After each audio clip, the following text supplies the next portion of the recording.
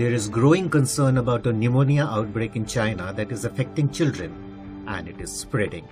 The World Health Organization, however, clarified in a November statement that the spike in hospitalizations is due to common winter infections, not new pathogens.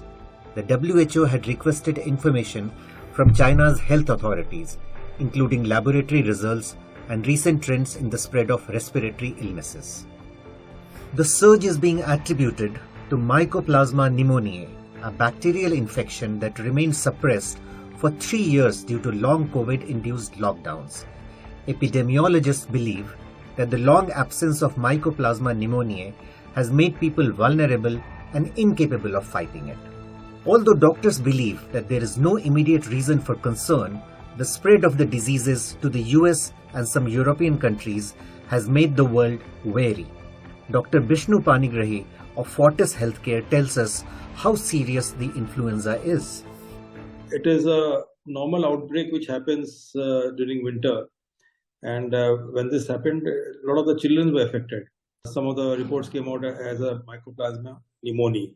Some were normal viral infections.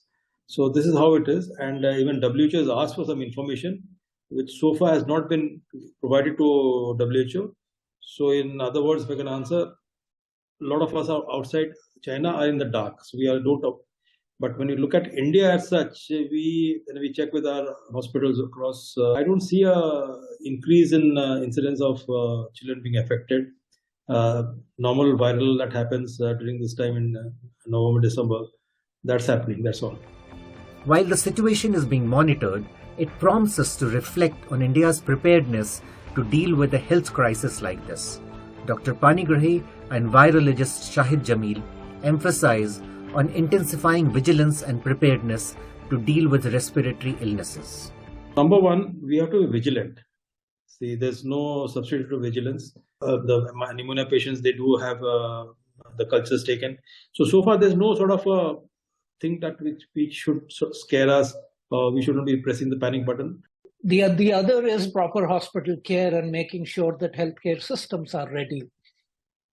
Where we really took a very big hit during COVID is our hospitals were not prepared. Medical practitioners believe India has made substantial progress in healthcare since the COVID-19 pandemic. The government has increased the healthcare budget, prioritizing the low socioeconomic segments. In September this year, Union Health Minister Mansukh Mandavia had said that by 2025, India aims to increase its healthcare expenditure to 2.5% of the GDP. However, state health spending declined relative to the GDP after the pandemic. Combined health spending by the centre and states fell from 1.23% in FY21 to 1.19% in FY23. It is projected to slip further to 1.17% in FY24, say reports. One of the reasons for this dip is the GDP's growth outpacing healthcare spending after adjusting for inflation and population growth.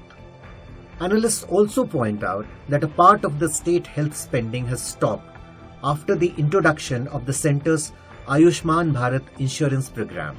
This could have serious implications during a healthcare emergency. Equitable access to healthcare services for all citizens, particularly for those at the lowest economic stratum, remains a chimera. Medical practitioners emphasize the importance of sustained efforts in surveillance, early detection, and a robust response mechanism to tackle outbreaks. A step in that direction could be public-private partnerships. So building on public-private partnership more will be a good thing, because see, just expecting everything for the government to do is not the right thing.